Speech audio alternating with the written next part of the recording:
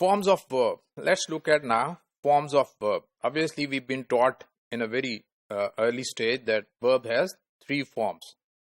Go, went, and gone. Played, played, and played. Right?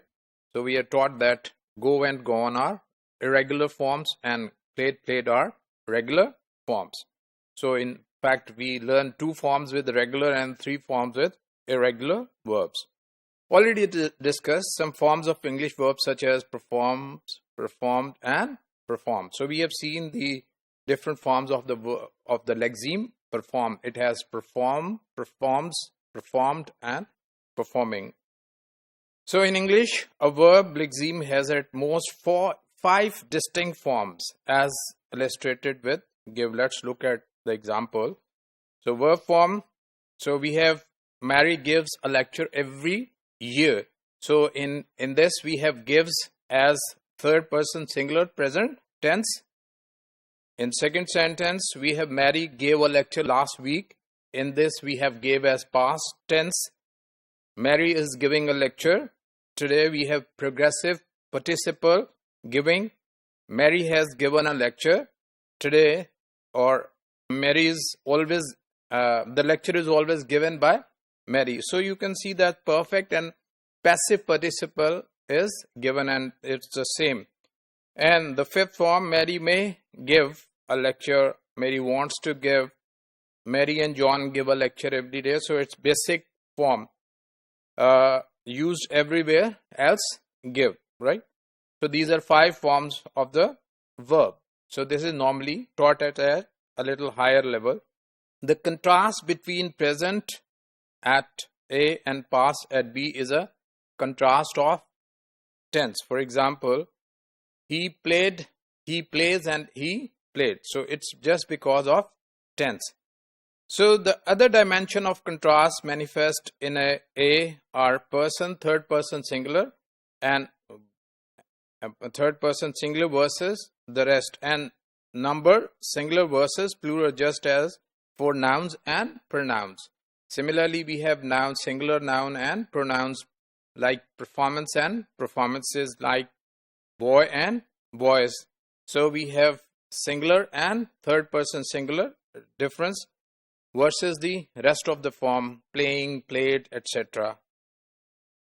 However, because only one word form exhibit these contrasts, they play a much smaller inflectional role in modern English verb than in old English verbs. So we have give, which takes S as third personal, used as inflection, right? The other one are grammatically conditioned role. There used to be more inflectional English language in the past, but now the inflections are not very much in present day English.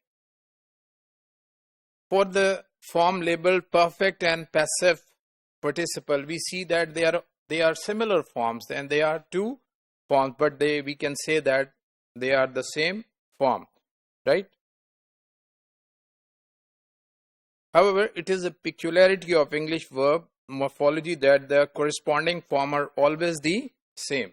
In passive voice and in perfect form, the forms of the verbs are always same. He has played cricket and cricket has been played by him. Another way of putting this is that for the verb we, the grammatical words perfect participle of verb and passive participle of verb are expressed by the same form. So we can say that there are four forms. In this way we can say a verb lexeme has at most five forms, but they can be reduced up to four forms because the perfect and the passive participle are the same form as I just said.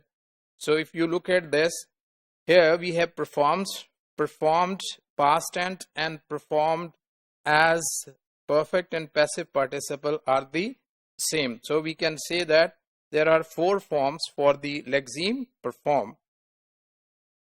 When two grammatical words that are distinct for some lexemes are syntactically identical for others, as here, these forms are said to be syncretized or to exhibit syncretism.